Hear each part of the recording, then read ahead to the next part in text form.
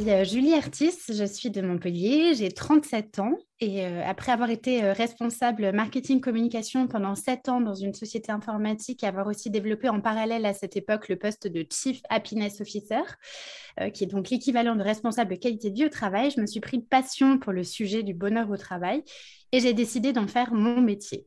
Et donc, il y a 4 ans, j'ai créé mon entreprise avec cette ambition de faire du bien-être au travail une norme dans toutes les organisations et aussi démocratiser la fonction de Chief Happiness Officer dans laquelle je suis très engagée.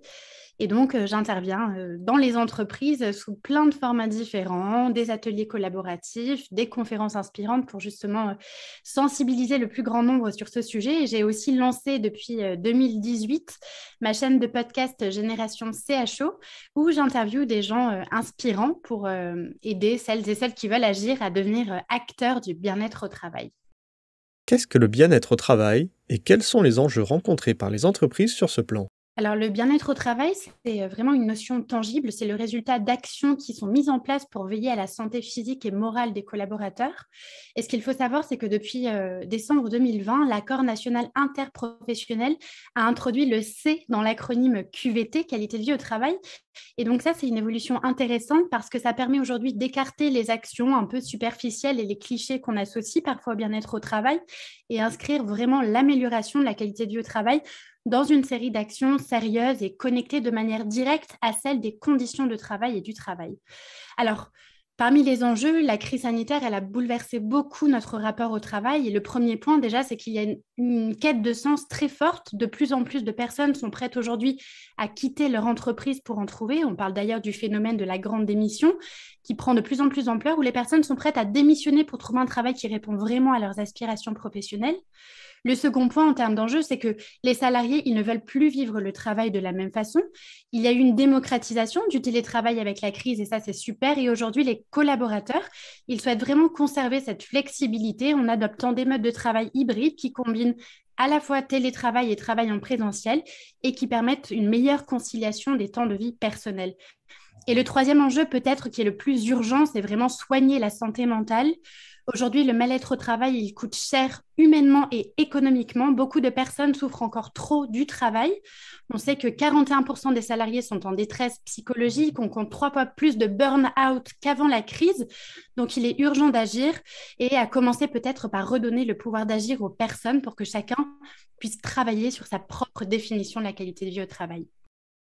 Tu parles du lien entre bonheur au travail et performance. Peux-tu nous en dire plus à ce sujet ? Alors aujourd'hui, tous les chiffres sont au vert pour nous montrer que s'engager dans l'amélioration de la QVCT, qualité de vie et conditions de travail, c'est vraiment une démarche vertueuse qui profite à tous, pour les collaborateurs et pour l'entreprise. Mais malheureusement, effectivement, le sujet il souffre de pas mal de clichés. C'est un sujet qui n'est pas forcément pris au sérieux.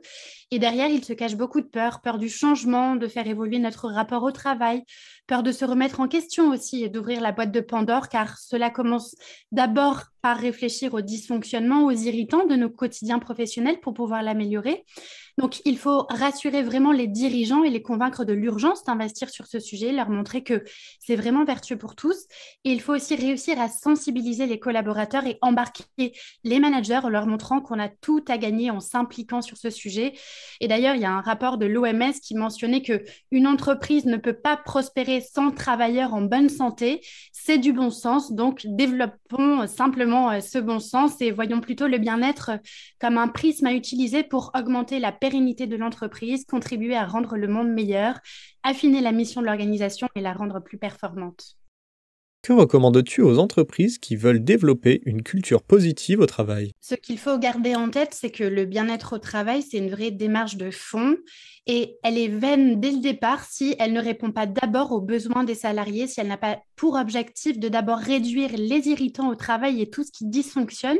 Et puis, elle est vaine aussi si elle ne se concentre que sur l'environnement de travail, que sur l'ambiance, et si elle ne prend pas en compte aussi les conditions et l'organisation du travail, le contenu même du travail ou encore les relations que l'on nourrit dans son travail. Donc, mon conseil pour initier peut-être un premier pas, c'est d'abord d'être à l'écoute des besoins de chacun pour que l'entreprise ensuite se mette en mouvement positivement sur ce sujet. Et puis, c'est aussi surtout se donner les moyens de ses ambitions sur la démarche qualité de vie au travail et dédier du temps et des ressources pour ça. Et c'est aussi tout l'objectif d'attacher une personne chargée de ce sujet en interne qui est le Chief Happiness Officer. Et un dernier conseil pour nos auditeurs? J'aimerais surtout rappeler que le bien-être au travail, ça n'est pas que des actions superficielles, c'est un vrai sujet de fond et j'aimerais inviter les gens à ne pas s'arrêter sur la terminologie qu'on utilise, que ce soit bien-être au travail, qualité de vie au travail. Au final, ce qui compte vraiment, c'est l'intention qu'on y met. Et le bien-être au travail, c'est possible, ça s'apprend et ça se cultive et on peut tous être acteurs de ce sujet à son niveau, on peut tous contribuer à son échelle à un monde du travail plus positif et peut-être qu'un premier pas pour avancer sur ce sujet, pour tout un chacun, ce serait de se demander à quoi ressemblerait ma journée de travail idéale et peut-être du coup se mettre en action pour réduire les écarts du quotidien professionnel que l'on vit et faire en sorte de se rapprocher le plus possible de cet idéal. Et peut-être j'aimerais terminer avec une maxime que j'aime beaucoup qui dit que l'homme ne crée jamais autant de valeur que lorsqu'il est heureux. Alors essayons de développer davantage ce bonheur dans nos quotidiens professionnels.